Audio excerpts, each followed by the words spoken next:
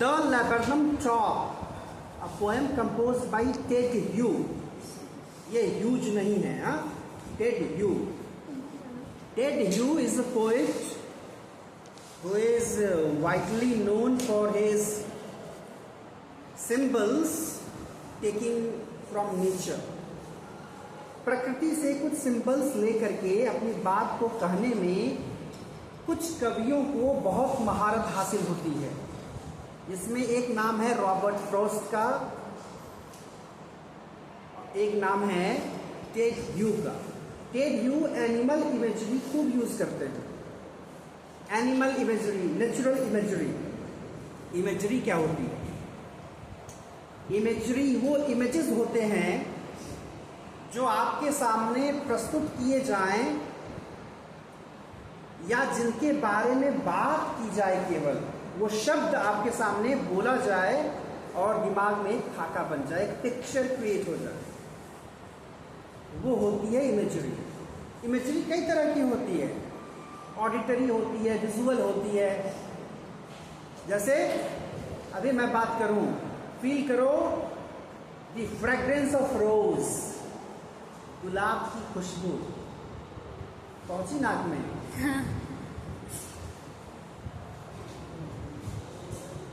दिमाग को उस हिसाब से जब एक्टिवेट करोगे तब समझ में आएगा, ऐसे लगेगा बकवास चल रहा है।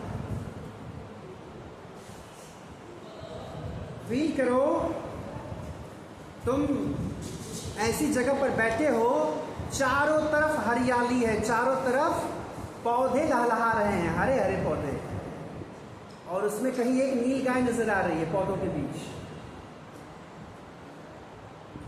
तितलियां मंडरा रही हैं ऊपर, शब्द हैं, ओनली वर्ड्स आर देयर, लेकिन वो सारे शब्द क्या करेंगे? आपको एक अलग दुनिया में ले जाएंगे। वो शब्द आपके दिमाग में पिक्चर क्रिएट कर रहे हैं। फेवरेट स्मेल जो आप कभी किसी परफ्यूम का लेते हैं, उसको महसूस करिए, जो कभी यूज किया हो। You can feel that. अब जो यूज ही नहीं करेगा उसको कहाँ से पता चलेगा? भाई कई तरह के लोग हैं हमारे बीच, कुछ कंजूस, महाकंजूस, कुछ अच्छे, कुछ काफ़ी पैसे वाले लोग जिन्होंने काफ़ी कुछ एक्सपीरियंस किया हुआ है। तो द लैबरनम चॉक के माध्यम से एक ट्री का इमेज है, एक गोल्ड फिंच का इमेज है। 2 इमेजेस आर हियर, और इन 2 इमेजेस के माध्यम से poet is trying to say something. तो सबसे पहले उन 2 इमेजेस के बारे में जान लें जो कि नीचे लिखा हुआ है ऑलरेडी। लैबरनम क्या होता है? A short tree with hanging branches, एक पेड़ जो बहुत लंबा नहीं होता, जिसकी शाखाएं झुकी मिलेंगी आपको। येलो फ्लावर्स, उसके फूल कैसे होते हैं? पीले होते हैं। पॉइजनस सीड्स, और उसके जो सीड्स होते हैं वो बड़े जहरीले होते हैं। तो कहीं ना कहीं कह सकते हो कि लैबरनम जो है ट्री, एक पेड़ है, लेकिन उसका फल जहरीला है। अब ये इस जहरीले पेड़ की क्या खूबसूरत बात है, क्या खासियत है तो वो भी एक जीव, एक लिविंग जो है, लिविंग बीइंग, जो सजीव बोलते हैं जिसको। अब ऐसा नहीं है कि उसके सीड जो हैं, अगर वो सीड्स जहरीले हैं तो उस पेड़ को जीने का हक नहीं है। कोई जहर का पौधा है तो उसे जीने का हक नहीं, उसे फलने फूलने का हक नहीं। If that exists in nature, it has some value, and how it gets changed, how its behavior। अब आपको उन इमेजेस के माध्यम से चीज़ों को थोड़ा समझना होगा। क्या है? हाँ, तो ये रहा लैबरनम, उस पेड़ के बारे में। घर जाना, गूगल करना, लैबरनम इमेज में जाना, देखना कि लैबरनम ट्री कैसा होता है। Only then you can comprehend. Otherwise अभी दिमाग में यही इमेज बन रहा होगा कि कोई एक पेड़ है, अब उसका पत्ता सब अपने अलग दिमाग में अलग अलग ढंग से बना रहे होंगे। कोई लंबा पत्ता बना रहा होगा, कोई गोल पत्ता बना रहा होगा। तो एग्जैक्टली कैसा होता है लैबरनम, आप गूगल करके देखेंगे उसको। दूसरा, इसमें एक बर्ड के बारे में बात है, गोल्ड फिंच के बारे में। गोल्ड फिंच कैसी होती है? A small singing bird with yellow feathers on its wings. जैसे हमारे यहाँ नाइटिंगेल होती है, बुलबुल। कोई बहुत सुंदर गाय तो उसको बुलबुल कहा जाता है। A small singing bird, gold Finch क्या है? एक बर्ड है जो सिंग करती है, यानी जब वो बोलती होगी उसकी आवाज से म्यूजिक जनरेट होती है। विद येलो फीदर्स, और इसके पंख कैसे हैं? येलो। ये थोड़ा सा मैचिंग वाली बात है। गोल्ड फिंच और लैबर्नम में क्या समानता है? तो लैबर्नम के जो फूल होते हैं वो पीले रंग के होते हैं, और गोल्ड फिंच के जो फेदर्स हैं, जो उसके पंख हैं, वो हल्के पीले होते हैं। ऑन इट्स विंग्स, तो विंग्स के ऊपर फेदर्स होते हैं, वो जो हल्का रोआ टाइप होता है जो कभी कभी निकल के बाहर चला जाता है, दैट्स कॉल्ड फीदर। थोड़ा अंतर है विंग्स में और फेदर्स में। विंग्स वो होते हैं जिसके हेल्प से वो उड़ते हैं, और उन विंग्स का निर्माण फेदर्स से होता है, जो छोटा छोटा उसमें होता है। देखा होगा वो फेदर ऑफ पीकॉक, मोर का जो पंख होता है। तो अब ये दो इमेजरी के रूप में यूज किए गए हैं इसमें, और ट्राई टू अंडरस्टैंड कि पोएट इनके माध्यम से कहना क्या चाह रहा है। The laburnum top is silent, यानी वो पेड़ है, उसका सबसे ऊपरी हिस्सा या पूरा का पूरा पेड़ ही एकदम साइलेंट स्थिति में है, शांत है। पहले पोएम को पढ़ देते हैं। The laburnum top is silent, quite still in the afternoon yellow September sunlight, a few leaves yellowing, all its seeds fallen, till the goldfinch comes with a twitching chirrup, a suddenness, a startlement at the branch end, then sleek as a lizard and alert and abrupt, she enters the thickness and the machine starts up chitterings and the tremor of wings and trillings. The whole tree trembles and thrills. It's the engine of her family. She strokes it full, then flirts out to a branch end, showing her bad face identity mask. Then with eerie, delicate whistle chirrup whisperings, she launches away towards the infinite, and the laburnum subsides to empty. कहने को एक पौधा है, एक पेड़ है जिसके फल जहरीले हैं, लेकिन एक दूसरी बात यह है कि that kind of tree can also be home of someone. वो भले जहरीले बीज का पौधा है, पेड़ है, लेकिन वो पेड़ भी किसी पौधे का घर हो सकता, किसी पक्षी का घर हो सकता है। ऐसे कई जहरीले लोग हमारे आसपास हैं, हमारे घर परिवार में, जो जहरीले तो हैं लेकिन रिश्ते में कुछ तो हैं हमारे। They exist and they have their importance. कुछ लोग जरूर लाइफ में मिलेंगे आपको, उनके अंदर लाखों कमियां होंगी, लाखों बुराइयां होंगी, लेकिन कुछ एक दो चीजें ऐसी होंगी जो आपको अच्छी लगेंगी। जैसे कोई एक इंसान होगा, ज्यादातर ऐसे लोग मिलते हैं जो एकदम बड़ा वाला दारूबाज होगा, शराब पीने वाला आदमी, लेकिन जब वो होश में रहता होगा तो he can be a good human being, एक अच्छा इंसान हो सकता है। वो रिश्ते में हमारा कोई भी हो सकता है। आसपास देखोगे, सबके आसपास कोई ना कोई तो मिल ही जाएगा। तो एक तो कमी है, बड़ी वाली कमी है। क्यों शराब ही क्यों, और भी कई सारी बुराइयां हो सकती हैं। तो लोगों में अलग अलग तरह की बुराइयां होती हैं, लेकिन उसके बावजूद हो सकता है कुछ लोगों के लिए वो प्रोटेक्टिव फोर्स का काम करते हो, कुछ लोगों के लिए वो क्या हो, एक सुरक्षा कवच हो। ऐसे लोग हो। यानी कहने का मतलब ये है कि बहुत कुछ, वही नथिंग ऑफ ब्यूटी जब पढ़ोगे 12th में आकर के, कहीं ना कहीं चीज़ें मैच करेंगी कि दुनिया में बहुत कुछ है रोने को, लेकिन अगर खोजें आप तो उसमें से बहुत सी ऐसी चीज़ें मिलेंगी जो बड़ी खूबसूरत हैं, जो बड़ी ऐसी हैं जिन पर गर्व कर सकते हैं, जिनके बारे में बात कर सकते हैं, जिनको देख के हमें खुशी मिलती है। So it's all, you know, it all depends on us. सब हम पर डिपेंड करता है कि किसी चीज को हम कैसे ले रहे हैं. अब laburnum, how it becomes home for a goldfish, आगे देखेंगे हम. The laburnum top is silent, quite still, एकदम चुप है, शांत है.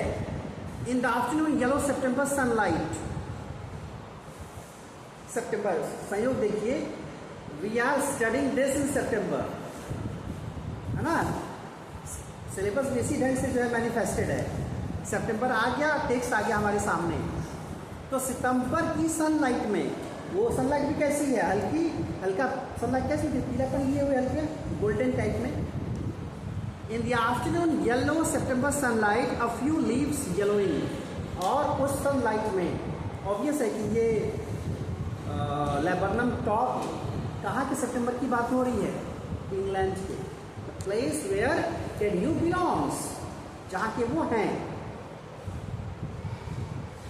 यूरोप में सितंबर में जिस तरह से धूप होती है, और उसमें क्या हुआ, उसके जो लीव्स हैं, अ फ्यू लीव्स येलोइंग, इसके फूल तो येलो होते ही हैं. अब पत्ते अगर पीले पड़ रहे हैं, इसका मतलब पत्ते झड़ रहे हैं या झड़ने की स्थिति में हैं. A few leaves yellowing, all it's seeds fallen, यानी ऑटम आकर के शायद जा चुका है, यानी पतझड़ आकर के जा चुका है, क्योंकि पतझड़ में फल लगते हैं, और फल यानी सीड जो है अगर वो झड़ रहे हैं, इसका मतलब वो समय गुजर चुका है, उसके सीड्स झड़ चुके हैं, और कुछ पत्ते जो हैं वो क्या है, पीले पड़ रहे हैं. दैट इज द इमेजरी, वो एक हालत है उस पेड़ की. Now what happens, till the goldfinch comes, ये तब तक चलता है जब तक गोल्डफिंच का आगमन नहीं हो जाता. विद द ट्विचिंग चर्रप, और जैसे ही ये ठीक वैसा है, गोल्डफिंच का आना, you must realise, you must think of a home जहाँ सभी जैसे लगता है कि इतने बड़े बुजुर्ग लोग बैठे हैं, एकदम हर जगह शांति है, सभी सीरियस होकर के अपना अपना काम कर रहे हैं, और अचानक से एक छोटा बच्चा आ जाता है. जैसे ही छोटा बच्चा आता है घर में, हाँ, एक स्पार्क मिल जाता है पूरे घर को, पूरे घर में एक एनर्जी आ जाती है, लोग एक्टिव हो जाते हैं, आवाजें आने लगती हैं. तो उसका जो आगमन है गोल्डफिंच का, ठीक वैसा ही है, उसका चहचहाना.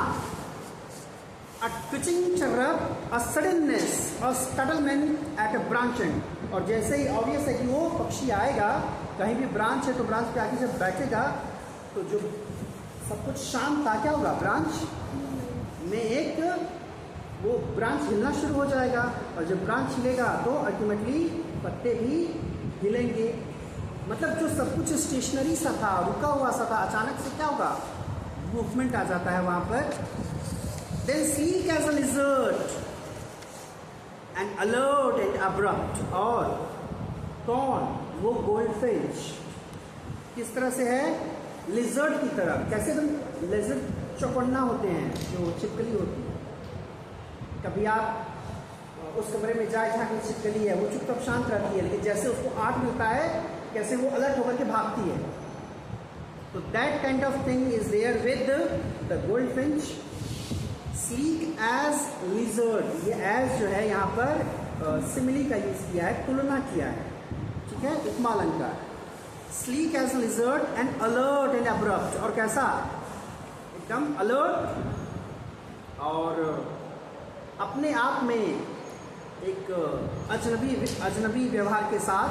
She enters the thickness, she कौन, गोल्डफिंच, उस थिकनेस में एंटर करती है. थिकनेस का मतलब जो पूरा पेड़ है, उस पेड़ के कहीं किनारे पर नहीं हो, कहीं पेड़ में बीच में जाती है वो चिड़िया. एंड अ मशीन स्टार्ट्स, और जैसे ही वो आके उस पेड़ के बीच में कहीं बैठती है, ऐसे लगता है जैसे जैसे सब कुछ नॉर्मल हो, घर पर पानी खत्म हो जाए जो है टंकी का, तो फिर क्या करते हैं, जा करके बटन दबाते हैं, मोटर चालू हो जाती है, और पानी का मूवमेंट शुरू हो जाता है. अचानक से जैसे कोई मशीन शुरू हो गई, जैसे कोई मशीन बंद पड़ी है, उसका बटन दबा दिया उसने, उसका आना, हर arrival is like switching on the machine. जैसे कोई मशीन ऑन कर दिया गया, of chitterings and tremor of wings. और वो मूवमेंट पूरा विजिबल है पेड़ में, साथ में उसकी अपनी खुद की पर्सनालिटी में। चिड़ियों को कभी देखना, कुछ चिड़ियाँ होती हैं बड़ी फुर्तीली होती हैं, वो बहुत फुदकती हैं और कई बार उनके पंख जो हैं वो जो है हल्के हल्के फ्लिप करते रहते हैं। तो of चिटरिंग्स and retriever of wings and trillings, ये जो शब्द हैं सारे ना, जैसे ट्रिलिंग्स है या आगे ट्रम्बल्स है, ट्रिल्स है, इस तरह के जो शब्द हैं ये कहीं ना कहीं ओनोमोटोपिया दिखा रहे हैं। दैट्स फिगर ऑफ स्पीच, जो साउंड को सीधे सीधे महसूस कराता है। तो उसके विंग्स का हिलना, उसका साउंड, एंड अल्टीमेटली क्या लिखा है, द होल ट्री ट्रम्बल्स। और उसके ये करने से क्या होता है, ऐसे लगता है जैसे पेड़ कांप गया। तो पेड़ का कांपना क्या, जैसे कोई इंसान हो, जैसे कोई बैठा है और अचानक से अगर कोई हल्का सा टच कर दे तो इंसान थोड़ा डर जाता है। तो यानी ये पेड़ नहीं रह गया, जैसे कोई इंसान हो गया। तो यहाँ पर क्या है, पर्सनिफिकेशन है, मानवीकरण अलंकार। पेड़ को क्या बना दिया, आदमी बना दिया। The whole tree trembles and thrills. और कैसे कोई चीज़, कोई ऐसा एक्सपीरियंस हो जो तुम्हें एकदम अचानक से एक्साइटेड कर दे, तो यू गेट थ्रिल्ड, वहाँ पर थ्रिल्ड हो जाते हैं हम, अचानक से जब एनर्जेटिक हो जाते हैं। That happens with the tree after the arrival of the gold Finch. Gold Finch के आने के बाद पूरे पेड़ के साथ यही होता है। यानी वो पेड़ जो है तो सजीव लेकिन निर्जीव पड़ा था, सूखा रूखा सूखा अपनी जिंदगी जी रहा है, लेकिन गोल्ड फिंच के आने से बहुत कुछ बदल जाता है। और देखो क्या लिखा है, it is the engine of her family. It is the engine of her family. It क्या, laburnum, that tree is engine of her family. और अब यहाँ सीधे सीधे इंजन बना दिया उसको कि उसकी फैमिली का वो इंजन है। यानी यहाँ पर मेटाफर है। देखो टेड ह्यू की पोएम की खूबसूरती देखो, हर लाइन में एक फिगर ऑफ स्पीच है।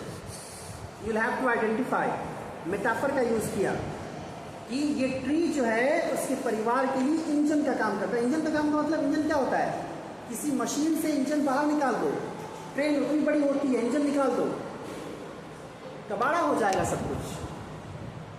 जैसे इंसान के पूरे शरीर में सबसे महत्वपूर्ण क्या, ब्रेन, निकाल दो, बाकी कोई बॉडी पार्ट काम ही नहीं करेगा। सब रह के ओके रह के भी कुछ नहीं होगा, ना आंखों से दिखाई देगा, ना कानों से सुनाई देगा, ना तो हाथों का मूवमेंट होगा, कुछ भी नहीं होगा। So it is the engine of our family.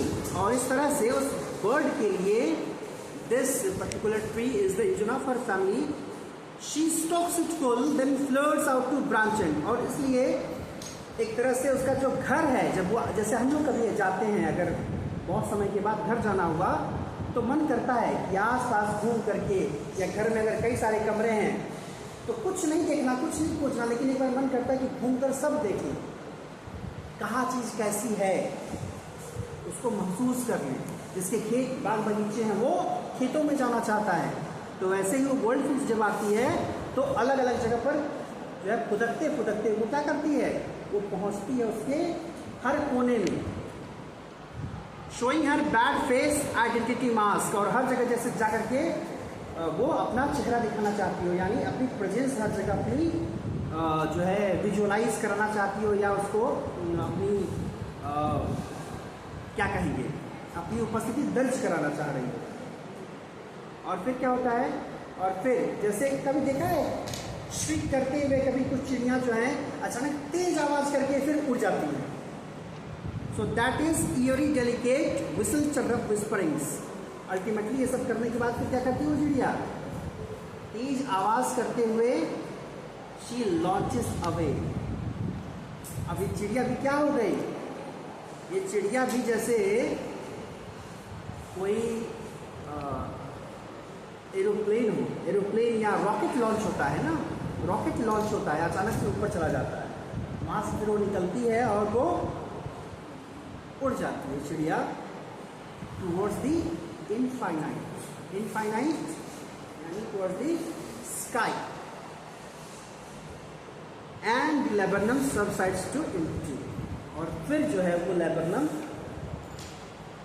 एकदम एक किनारे एकदम शांत पड़ जाता है। तो लेबरनम एक ऐसा पेड़ जिसके बीज जहर हो सकते हैं, लेकिन वो लेबरनम भी किसी चिड़िया का घर हो सकता है, किसी चिड़िया के लिए अ प्लेस ऑफ सॉलिट्यूड हो सकता है, जहाँ आकर के वो अच्छे से जीती है, मोमेंट्स को जीती है। और इंटरेस्टिंग बात यह है कि उस जहरीले पौधे को जिंदगी कौन देता है? चिड़िया देती है। उसके आने से उसमें चीज़ें बदलती हैं, उसका माहौल बदलता है। तो कहीं ना कहीं नालायक लोगों को जब कोई जिम्मेदारी मिल जाती है तो ऐसे ही चीज़ें बदल जाती है ना। तो कुछ बड़े नालायक किस्म के लोग होते हैं, लाइफ में कहीं कुछ उद्देश्य नहीं होता, कुछ करना नहीं होता, अचानक से कोई बड़ी जिम्मेदारी आ जाती है सर पर और फिर चीज़ें चेंज हो जाती हैं। एक बड़ी खूबसूरत कहानी है इंग्लिश लिटरेचर में, सिलास मार्नर के नाम से, उस पर एक मूवी भी बनी है, जानवर, देखा होगा मूवी, अक्षय कुमार वाली। गुंडा था, बदमाश था, जो है डकैती करता था, लोगों को मारता था। एक बच्चा मिल गया और बच्चे ने बादशाह को बाबू लोहार बना दिया, है ना। जो एक फेमस गुंडा हुआ करता था वो जो है एक जिम्मेदार पिता बन गया। और कभी वो पुलिस वाला जब आता है तो कहता है कि मैं बादशाह को खोजने आया था, बाबू लोहार से मिलकर जा रहा हूं। तो कई बार जो है जिम्मेदारियां नालायकों को लायक बना देती हैं।